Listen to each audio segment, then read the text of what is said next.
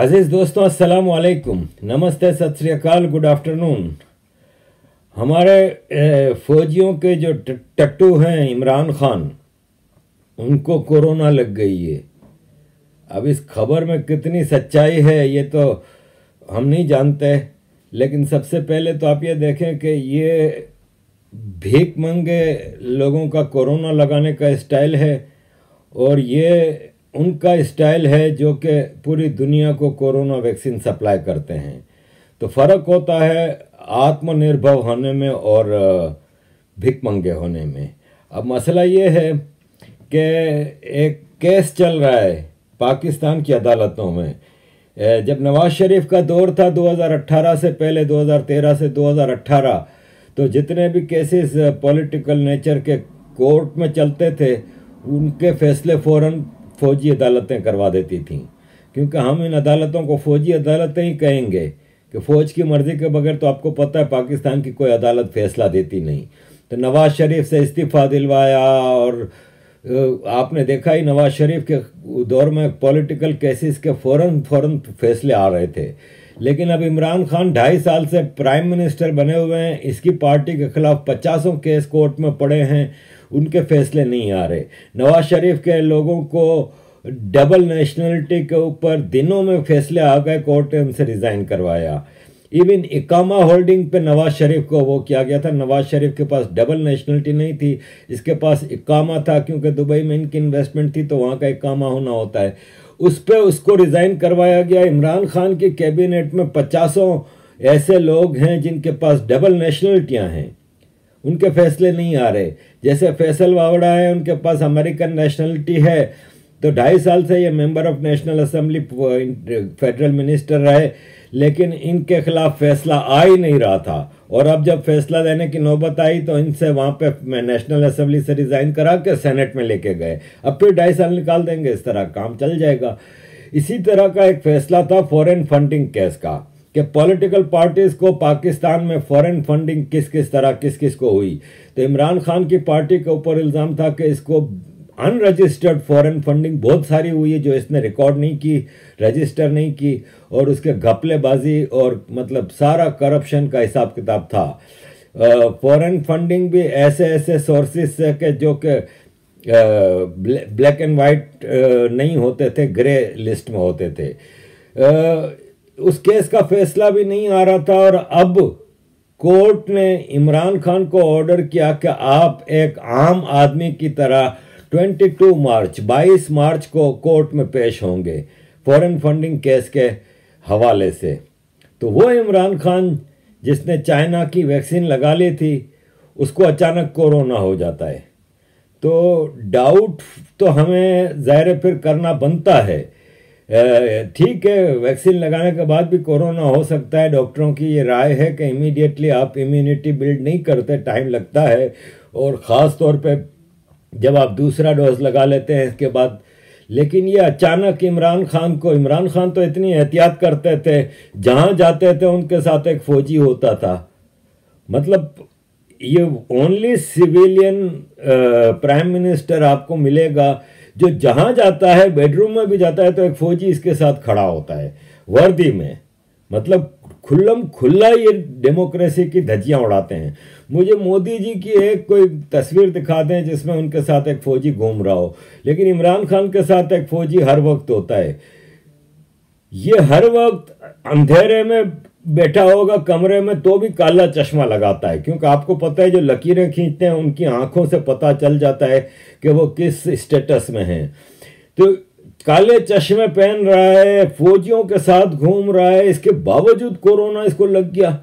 मौलवी इसके साथ हैं, तो फिर इसको कोरोना लगने की वजह समझ में नहीं आती। तो फिर मौलाना फजलुर रहमान जो फरमाते हैं उसमें कुछ ना कुछ तो हमें सच्चाई लग रहा है। मैं तो उनकी शिफायत के लिए दुआगो ज़रूर हूँ, लेकिन बात बुनियादी ये है कि वैक्सीन लगाकर कोरोना तो या तो वैक्सीन फ्रॉड है या फिर ये कोरोना फ्रॉड है, क्योंकि इधर 22 तारीख को इलेक्शन कमीशन ने फॉरेन फंड केस में उनको बुला लिया है और इधर वैक्सीन के बाद जो है उनको कोरोना हो गया है। तो ये सारी चीजें समझ में नहीं आ रही है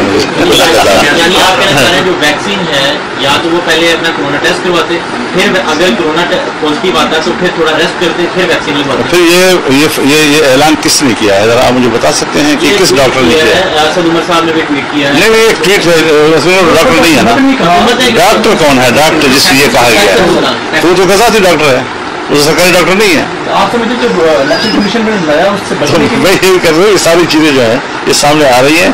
मैं नहीं आपसे बात कर रहा, मुझे सवाल पहुंच रहे हैं सोशल मीडिया पे जी। मैं तफसील तो नहीं कह सकता, या तो ये वैक्सीन फ्रॉड है या फिर वैक्सीन के अगले रोज कोरोना हो जाना, उसको मुस्बत होना, फिर ये फ्रॉड है और यही आप चाह रहे थे। अब आ जाते हैं आज के दूसरे मुद्दे के ऊपर कि अचानक पाकिस्तान के फौजी डिक्टेटर जनरल बाजवा का अचानक माजी में मट्टी पाओ और ख़त्म करें माजी के किस्से सब भूल भुला के हम भारत के साथ दोस्ती का हाथ बढ़ाते हैं और कुछ नहीं रखा उन चीज़ों में और हमें ऑनेस्टली भारत के साथ दोस्ती करनी है, ये अचानक इतनी मोहब्बतें कहाँ से जग गईं, ये समझनी बड़ी एक मुश्किल चीज़ है कि ख़ास तौर पे वो पाकिस्तान जिसने हमेशा डिनायल मोड में रहा है।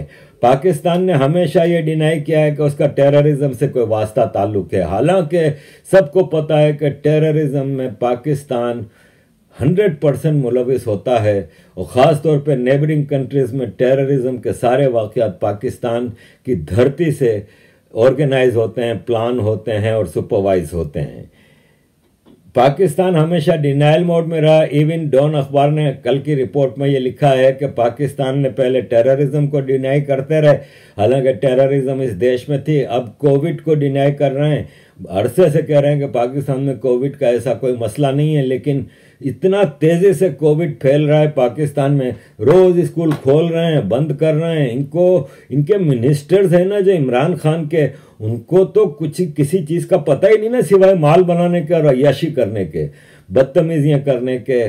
फैसल वावड़ा की ऐसी कई वीडियोस मैं आपको दिखा सकता हूँ, लेकिन वीडियो लंबी हो जाती है तो इसलिए मैं नहीं दिखा रहा, जिसमें वो बदतमीजी से सहाफ़ियों से सवाल के जवाब दे रहा है और मतलब खुल के बदतमीजी, क्योंकि इनको पता है कि हमारे पिताजी आर्मी के जनरल हैं सारे और वो हमें हुकूमत दे के बैठे हैं, तो हम किसी के बाप की हिम्मत नहीं है और अब जितना हम इनके आर्मी के ग़ुलाम बने रहेंगे हमें आगे भी हुकूमत मिलती रहेगी। तो ये किसी काबिल तो है नहीं, कोई ना इन्फ्लेशन जो बढ़ रहा है, प्राइसेस बढ़ रही हैं हर चीज़ की, हर चीज़ मुल्क में लॉलेसनेस है, कोई कानून नहीं, माइनॉरिटीज़ का सत्यानाश हो रहा है, बलूचिस्तान में कत्लेआम हो रहा है, लेकिन पीटीआई की हुकूमत total fail to deliver anything. रही बात आ जाती है कि असल मालिक जो इस देश के हैं पाकिस्तान के, वो पाकिस्तानी फ़ौजी अचानक इतनी तब्दीली क्यों आई? क्या ये भारत की तरफ से 45 million doses of Covid vaccine की डिलीवरी की वजह से हैं कि वो आ रहे हैं तो ये नमक हलाली अदा कर रहे हैं? क्या भारत ने उस वैक्सीन में कोई ऐसी चीज़ें डाल दी हैं कि कोई, जैसे वो बिल गेट्स फरमाते हैं कि सिम आ जाएगी या चिप आ जाएगी वैक्सीन के साथ, तो वो वजह है? क्या वजह है कि अचानक ये फौजी भारत से मोहब्बत जताने पे लगे हुए हैं? भारत का तो ये फ़र्ज़ है कि भूलिएगा नहीं कि ये हमेशा पाकिस्तान की जो फौजी अशराफिया है वो इसी तरह करती है, और भारत को पहले जब कांग्रेस की हुकूमत होती थी तो हमेशा इसी तरह लारे लप्पे दे के दोस्तियां कर लेते थे। पाकिस्तान के क्रिकेटर्स आते थे, पाकिस्तान के सेलिब्रिटीज़ आते थे, पीछे फिर सारे टेररिस्ट भी आते थे। तो ये धंधा पाकिस्तान का पहले चलता रहा है। अब पाकिस्तान बड़ा मुश्किल में फंस गया है कि जब से मोदी जी आए तो क्रिकेट भी बंद है, सेलिब्रिटीज़ का भी आना जाना बंद हो गया है और टेररिज्म को भी रोक लिया गया है काफ़ी हद तक। इन्फिल्ट्रेशन होती है, भारत की सेना जो है वो उनको पकड़ लेती है, मार देती है, रोक लेती है। किसी न किसी तरह भारत पाकिस्तान के इस टेररिज्म के खुले इस्तेमाल को रोकने में कामयाब रही है। इवन जब पुलवामा और उड़ी जैसे अटैक हुए जिसमें पाकिस्तान की मौजूदगी के सारे एविडेंसेस मौजूद थे, तो भारत ने कोई कांग्रेस की तरह ये नहीं किया कि जी हम आपको प्रूफ देते हैं, आप ये करें और वो करें। पाकिस्तान को भारत ने दो टोक अल्फाज में कहा कि हाँ भाई हमारे बंदे हमारे देते हो कि नहीं देते हो, नहीं देते, ये लो भाई बालाकोट। तो पाकिस्तान अब शायद समझ गया है कि भारत उनके लिए अब वो आसान मरहला नहीं रहा जो कि कांग्रेस के दौर में होता था। तो इसलिए पाकिस्तान की आर्मी ये एक लॉलीपॉप दे रही है दोस्ती का, लेकिन ये कुछ भी नहीं है। पाकिस्तान की कोई भी ग्राउंड पे पॉलिसी चेंज नहीं हुई है। टेररिज्म के अड्डे कायम हैं, ट्रेनिंग सेंटर चल रहे हैं और पाकिस्तान बिल्कुल भी अपनी लाइन बदलने को तैयार नहीं है। जिस तरह खुल के तालिबान की मदद कर रहा है अफगानिस्तान में, तालिबान पाकिस्तान के डिक्टेशन पे अमेरिका से भी मीटिंगें कर रहे हैं, रशिया से भी मीटिंगें कर रहे हैं, अफगान गवर्नमेंट को भी इन्होंने होस्टेज बना के रखा हुआ है। और खुल के तालिबान कहता है कि हम वापस हुकूमत में आएंगे तो हम फिर इस्लामिक शरिया लॉ लेके आएंगे, वही 1400 साल पहले के ज़माने में हम ले जाएंगे। तो ये तालिबान को जिस तरह पाकिस्तान चलाता है, इसी तरह भारत के हवाले से पाकिस्तान की पॉलिसी में ज़रा बराबर भी तब्दीली नहीं आई। और जनरल राहिल शरीफ इंटरनेशनल प्रेशर पे आके कुछ अपने डोमेस्टिक उस पे, हालांकि राहिल शरीफ कमर बाजवा ये फरमाते हैं कि हमें पहले अपना घर ठीक करना होगा। आपको याद होगा कि आज से 4-5 साल पहले नवाज शरीफ जब प्राइम मिनिस्टर थे तो नवाज शरीफ ने भी यही कहा था कि हमें पहले अपना घर ठीक करना होगा। उनके इस कहने पे आर्मी ने इस हद तक हंगामे मचाए, डॉन लीग्स के नाम पे बहुत बड़ा इशू बना था और पाकिस्तान के प्राइम मिनिस्टर को आफ्टर ऑल सिर्फ ये कहने पे कि हमें अपना घर ठीक करना होगा रिज़ाइन करना पड़ा। आज बाजवा का है यही बात, तो कोई मसला नहीं।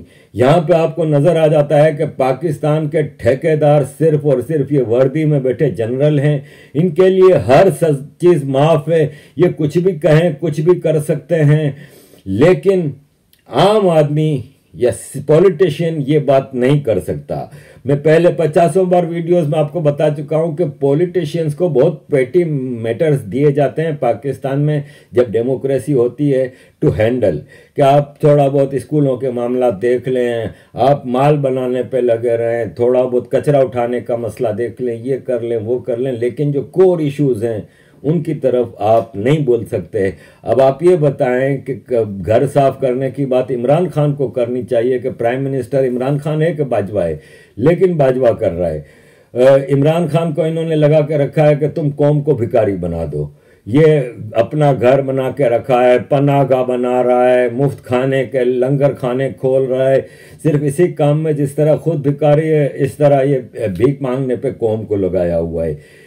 ये एक बदतमीज और एरोगेंट आदमी है, इंटरनेशनली रिकॉग्नाइज्ड है। क्रिकेट के ज़माने से ये बदतमीज आदमी था, डिक्टेटर आदमी था।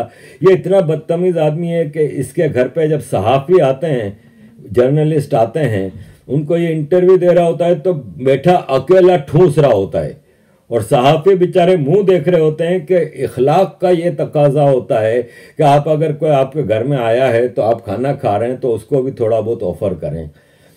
हमारे एक सुहेल वड़ाइच साहब हैं, वो उनका एक प्रोग्राम आता है जियो टीवी पे, एक दिन जियो के साथ। उसमें वो किसी भी एक सेलिब्रिटी एक पॉलिटिशियन के घर पे जाते हैं, उसका इंटरव्यू करते हैं, उसकी एक्टिविटीज़ बताते हैं, किस तरह ये ऑफिस जाता है, क्या करता है, और उसके साथ हर प्रोग्राम में वो खाना भी खाता है। लेकिन इमरान खान के साथ जब ये प्रोग्राम करने आया तो इमरान खान अकेला बैठ के खा रहा है, सुहेल वड़ाइच मुंह देख रहा है। तो बदतमीज आदमी है ये, एरोगेंट है। इसको बनना था प्राइम मिनिस्टर, सो वो बन गया। एट एनी कॉस्ट बनना था, एट एनी कॉस्ट बन गया। मुल्क का सत्यानाश हो रहा है, हो जाए। कोविड के लिए पैसे नहीं है। कोविड का ये हाल है कि भारत ने आम सरकारी अस्पतालों में कोविड के वैक्सीन लग रहे हैं और प्राइवेट अगर आपने लगानी है तो 250 रुपया फीस रखी है कि 250 रुपये की आप वैक्सीन लगा सकते हैं किसी भी प्राइवेट जगह से। पाकिस्तान ने रशिया की बनी हुई और चाइना की बनी हुई कोविड को प्राइवेटाइज किया है, 8,500 रुपया प्राइस रखी है। यानी भारत ने 250 रुपया इंडियन रुपीज यानी पाकिस्तानी 500-600 रुपये बना। वही वैक्सीन, वो भारत की वैक्सीन फिर ऐसी है जिसका कोई बैकलैश नहीं आया, कोई इसका वो नहीं आया कि इससे मामला खराब होते हैं। रजिस्टर्ड सर्टिफाइड एक्ट वैक्सीन है। यहाँ पे चाइना और रशिया के वैक्सीन का कोई खरीदार नहीं है पूरी दुनिया में, कोई उनको सर्टिफाई नहीं कर रहा। पाकिस्तान में 8,500 रुपये की वैक्सीन प्राइवेट उस पर लग रही है। ये भिखारी मुल्क जो कि अपनी आवाम को खाना नहीं दे सकता, जो अपनी आवाम को 2 वक्त की रोटी, कपड़ा नहीं दे सकता, छत नहीं दे सकता, इनके घर तोड़ रहा है, तबाही लाई हुई है आम पाकिस्तानी की जिंदगी में। वो पाकिस्तान कल 23 मार्च की परेड कर रहा है। 400-500 करोड़ रुपया बजट एलोकेट हुआ है 23 मार्च की परेड के लिए, लेकिन वैक्सीन के लिए पैसा नहीं है, आम आदमी के लिए पैसा नहीं। फौजी परेड में वो टीन के डब्बे मिसाइल दिखाएंगे हमें, और उन फौजी परेड का आप गूगल पे चेक कर सकते हैं कि उसमें सिर्फ फौजी और उनकी फैमिलीज और फेडरल कैबिनेट के मेंबर्स और उनकी फैमिलीज अलाउड हैं। आम आदमी को उन परेडों में जाने की इजाजत नहीं। ये एक महंगा शो है जो कि मनोरंजन के लिए फौजियों की फैमिलीज के लिए किया जाता है। 400-500 करोड़ रुपया इस परेड पे लगा देंगे, जिसमें ये साबित करने की कोशिश करेंगे कि हम बड़ी प्रोफेशनल आर्मी हैं और हम बड़ी ज़बरदस्त दुनिया की बहादुर तरीन आर्मी हैं। तो ये है जी पाकिस्तान की कहानी।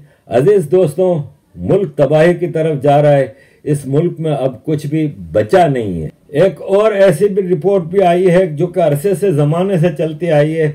जब पाकिस्तान नया नया बना था तो अयूब खान ने इसकी डेमोक्रेसी को लपेट के प्रेसिडेंशियल सिस्टम लाया था। वो फिर जुल्फ़िकार अली भुट्टो ने 71 की जंग के बाद जब आर्मी थोड़ी कमज़ोर हुई थी तो वो पार्लियामेंट्री सिस्टम लेके प्राइम मिनिस्टर को स्ट्रॉन्ग किया। लेकिन फिर ज़ियाउल हक ने आके कोशिश की प्रेसिडेंशियल सिस्टम की, ना ला सका तो इसने 8th अमेंडमेंट पार्लियामेंट कॉन्स्टिट्यूशन में करके पार्लियामेंट से अपनी हैंड पिक्ड पार्लियामेंट से अप्रूव कराया था 8th अमेंडमेंट, और उसके ज़रिए इसने प्रेसिडेंट्स को एक्स्ट्रा ऑर्डिनरी पावर्स दे दिए थे और पार्लियामेंट और प्राइम मिनिस्टर को एक रबर स्टैम्प बना दिया था, जिसकी वजह से आपने देखा कि 88 में बेनज़ीर भुट्टो प्राइम मिनिस्टर बनी, 20 महीने बाद उसको सैक कर दिया प्रेसिडेंट ने, फिर नवाज शरीफ बने, फिर बेनज़ीर बनी, फिर नवाज शरीफ बने। इस तरह 2-2 साल के वक्फे से ये प्राइम मिनिस्टर बनते रहे और उनको प्रेसिडेंट सैक करते रहे। फिर मुशर्रफ आया, मुशर्रफ चीफ एग्जीक्यूटिव बन के रूल करता रहा 10 साल तक as a president of Pakistan, और प्राइम मिनिस्टर फिर एक hand picked Shaukat Aziz America से लेके आए और वो चीज़ हुई। जरदारी साहब चूंकि खुद प्राइम मिनिस्टर नहीं बने थे तो इन्होंने अपनी पार्टी के टट्टुओं को, यूसुफ रजा गिलानी और राजा रेंटल को प्राइम मिनिस्टर बनाया और एज ए प्रेसिडेंट उसने एब्सोल्यूट पावर अपने हाथ में रखी थी। नवाज शरीफ आया तो नवाज शरीफ ने प्राइम मिनिस्टर को स्ट्रॉन्ग करने की कोशिश की तो नवाज शरीफ को फारिग कर दिया गया। अब इमरान खान को ये लाए हैं। इमरान खान को इन्होंने टोटली प्रेशर में रखा हुआ है। हर वक्त कोई ना कोई उसके खिलाफ चीज़ें आती रहती हैं ताकि वो प्रेशर में रहे। कभी नो कॉन्फिडेंस मूव आता है, सेनेट के इलेक्शन में इसको थोड़ा झटका दे दिया। अपने पीटीआई के कुछ मेंबर से आर्मी ने कहा कि तुम यूसुफ रजा गिलानी को सेनेट के, अब ये देखें कि यूसुफ रजा गिलानी सेनेटर बनने के लिए 179 वोट लेते हैं, लेकिन चेयरमैन सेनेट बनने के लिए वो उनके वोट कम पड़ जाते हैं। तो ये सब आर्मी के इशारे पे वो जो सरकारी इलेक्टेबल्स हैं ना, जो कि आर्मी के इशारे पे पार्टियां चेंज करते रहते हैं, उनके ज़रिए इमरान खान को प्रेशर में रखे ही रखा है इसने। और सबको एक इंडिपेंडेंट आइडिया ये है कि पाकिस्तान में कोशिश की जा रही है कि प्रेसिडेंशियल सिस्टम लेके आया जाए जिसके ज़रिए एब्सोल्यूट पावर प्रेसिडेंट के पास हो और प्रेसिडेंट या तो कोई रिटायर्ड जनरल हो या कोई आर्मी का ही ऐसा पपिट हो। ऑल दो आर्मी पूरी पावर्स इंजॉय कर रही है, लेकिन वो फिर पूरा एक सिस्टम आर्मी के कंट्रोल में चला जाएगा और फिर वो उसको कॉन्स्टिट्यूशनल बाइंडिंग भी हासिल होगी।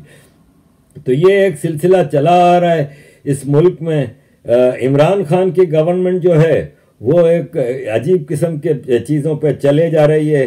जैसे कि इसने अभी एक फैसला किया कि कोहाट यूनिवर्सिटी में बुर्का पहनना लाजमी कर दिया है, जीन्स पहनना, मुख्तलिफ यूनिवर्सिटियों में जीन्स पहनना लाजमी हटा दिया गया है कि जीन्स नहीं पहन सकते, शलवार कमीज़ पहननी है, कुछ यूनिवर्सिटियों में बुरके पहनने हैं। अब ये कोहाट यूनिवर्सिटी वो यूनिवर्सिटी है जहाँ पे इमरान खान की पीटीआई पिछले 8 साल से रूल कर रही है और वो स्लोली तालिबानाइजेशन की तरफ जा रहा है। और ये एजुकेशन पॉलिसी शफकत महमूद पीटीआई का एजुकेशन मिनिस्टर है, जिसकी अपनी फैमिली वेस्टर्न स्टाइल में रहती है, वेस्टर्न स्टाइल के ड्रेसेस पहनती है, लेकिन आम पाकिस्तानियों को ये मुसलसल पुराने ज़माने की तरफ 1400 साल पुराने के पाकिस्तान में लेके जाना चाहते हैं। यहाँ पे मैं एक और छोटी सी खबर बताना चाहूँगा कि पाकिस्तान ने अभी कुछ अरसे पहले एक ऐलान किया था कि बायकॉट फ्रांस, और खादिम रिजवी, जिसको मैं खादिम गालवी कहता हूँ, उसकी पार्टी से एक मुआहिदा भी किया था कि हम फ्रांस के सफ़ीर को वापस भेज देंगे और बायकॉट फ्रांस को ऑफिशियल करेंगे और ये करेंगे और वो करेंगे। उसी फ्रांस ने पाकिस्तान को कराची में ट्रांसपोर्ट सिस्टम लाने के लिए 2.3 बिलियन रुपीस की लोन दी है। 230 करोड़ पाकिस्तानी रुपीस की लोन दी है कि कराची में ट्रांसपोर्ट सिस्टम लाया जाए। अब ये कराची का ट्रांसपोर्ट सिस्टम पे मैं पहले ही कई वीडियोस में बता चुका हूँ कि दुनिया का ओनली कॉस्मोपॉलिटन सिटी है जिसमें कोई ट्रांसपोर्ट सिस्टम सिरे से है ही नहीं। पुराने ज़माने की टूटी फूटी बसें चलती हैं।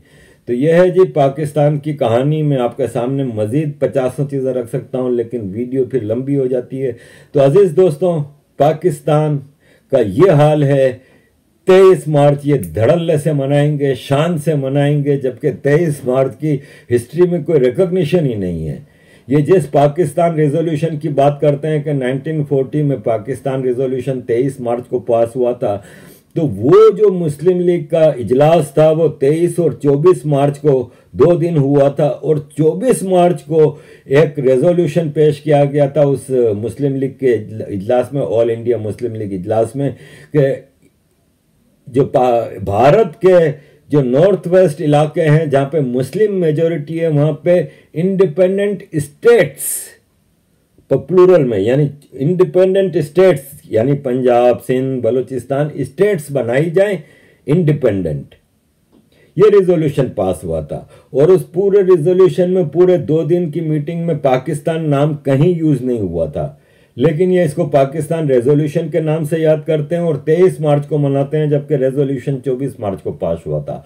उसी रेजोल्यूशन के मद्देनजर रखते हुए सिंध ने पाकिस्तान के साथ शमूलियत की थी। जीएम सैयद, साईं जीएम सैयद ने इसी नुक्ते पे पाकिस्तान के साथ एग्री किया था ज्वाइन करने के लिए कि ये इंडिपेंडेंट स्टेट्स होंगी और सिंध एक इंडिपेंडेंट स्टेट होगी। लेकिन फ़ौरन बाद 1947 के बाद सिंध में जब कराची को अलग करके कराची को फेडरल कैपिटल बना दिया गया और सिंध का बेड़ा गर्क करना शुरू किया, तो साईं जीएम सैयद को रियलाइज़ हुआ कि मुझे बेवकूफ़ बनाया गया है और ये स्टेट्स नहीं बना रहे हैं, स्टेट बना रहे हैं, और आर्मी और इस्टेब्लिशमेंट इसको कंट्रोल कर रही है, going to take over it. और सिंध एक multi faith, multi cultural, multi religious state होती थी, उसको टोटल तालिबानाइज करके वहाँ पे मौलवियों का भरमार कर दी गई, और आपने देखा कि क्या कर दिया। तो अब ये एक झूठा मूठा 23 मार्च का दिन,